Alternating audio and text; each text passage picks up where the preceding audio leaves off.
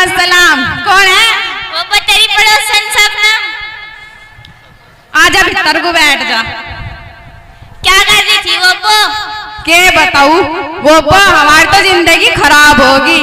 तड़के तो साल हो जा काम करतो काम ही ना खत्म होता। एक वो आवेगा लोग कहेगा मैं खीर बना लिए पुलाव बना लिए बुनमा गोश्त बना लिए प्रेस करे हुए कपड़े पहन कर चल देगा। अन्नू कहता जाएगा फलानी चीज कर लिए ढिकड़ी चीज कर लिए ऊपर से लैंडे तंग करे 5 महीने का बाप लैंडा जब तक ना मैं मरूं मुझे तो सुकून मिलने वाला है ना। हाँ वो इन लोगों को तो यही काम है। इन्होंने तो औरत को घर की नौकरानी समझ रखा। वो भी पहले ऐसे ही करा था, यूं कर वो कर यो बना वो बना, मन्नतों का ठिकाना लगा दी। तबीज पबीज बनवाए क्या? ना वो ऐसा कुछ ना करा। तेरे से बता रही किसी को ना बताइए। बताओ वो मैं ना बताने की। वो मैंने तो कोठे में घेर का खूब पिटा अकल ठिकाना लगा दी। जैसा मैं कहूँ ऐसा ही करे। ठीक है रिया मैं भी अकल ठिकाने नहीं लगाऊंगी खूब ही तो कुटूंगी। देख वो कोई पुरखे वाली है री। आए तो बाजी हैंगी आ जाओ। अस्सलामु अलैकुम व रहमतुल्लाहि व बरकातुहू। वालेकुम अस्सलाम। कैसी हो? बढ़िया है तुम बताओ। आप दोनों क्या बातें कर रही थी? वो क्या बताओ जिंदगी खराब होली। इन लोगों ने तो पता नहीं क्या कर रख दिया। आवेगा प्रेस करे हुए कपड़े पहनने का चल देगा। अन्नू कहेगा वो कर ले यो कर ले वो कर ले प्रेस करे हुए कपड़े पहनना भाग रहा है। ऊपर से इसके लैंडे तंग करे ऊपर से लैंडा तंग करे। आपको पता नहीं कि शौहर का मकाम क्या होता है और बच्चों की परवरिश पर क्या सिला मिलता है? वो मुझे क्या पता, मैं तो अनपढ़ हूँ गवार हूँ। सिला पिला क्या हुआ मुझे क्या पता, तुम ही बता दो। सिला का मतलब ये होता है कि बच्चों की परवरिश पर मिलने वाला अजर व सवाब। बताओ बाजी बताओ। आपको पता नहीं शौहर को कैसे राजी करते हैं? मुझे क्या पता, तुम ही बता दो कैसे शौहर को राजी करे।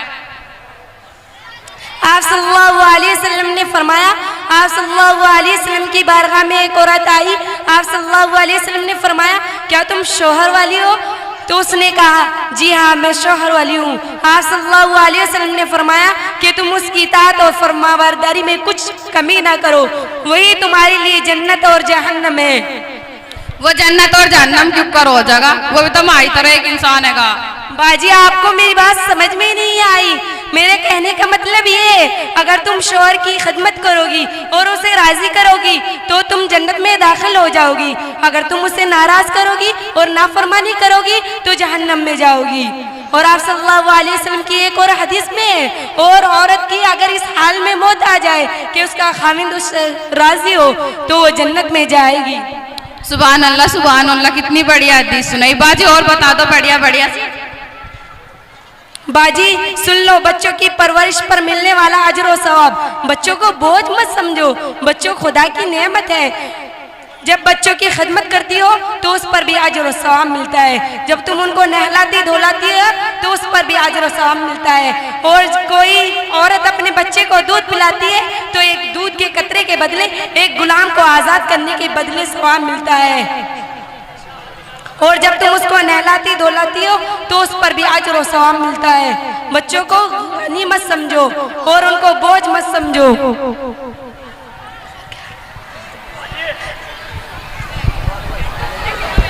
शुक्रिया बाजी तुम्हारा, इतनी बढ़िया बात बता दी। इस शबनम ने तो मेरे कान ही भर दिए थे। क्या कह रही थी तुम्हारे शौहर के बारे में? ये कह रही थी मैंने तो अपने वाले को घर में घेर के खूबी तो कुत्ता कल ठिकाना हुआ दी। अब मैंने कहा मैं भी नहीं कर दूंगी। बाजी आपको अपने शौहर से माफी मांगना चाहिए। वो माफी मैं कैसे मांगू? मेरे पनात की माफी मांगनी। अगर माफी नहीं मांगोगी तो अल्लाह ताला तुम्हें जहन्नम की आग में डाल देगा। अगर दोज़ख की आग की चिंगारी दुनिया में डाल दी जाए तो एक चिंगारी से सारी दुनिया जलकर राख हो जाएगी। तौबा तौबा, माफी मांगना तो आसान है दोज़ख की आग में जलने से। जाओ अपने शौहर से माफी मांगो। इंशाअल्लाह आज ही मैं माफी मांग लूंगी। चलो मैं चलती हूँ। नहीं बाजी बैठ जाओ, चाय वाय पी के जाइयो। इंशाअल्लाह अगली बार आऊंगी तो बिरयानी खाकर जाऊंगी।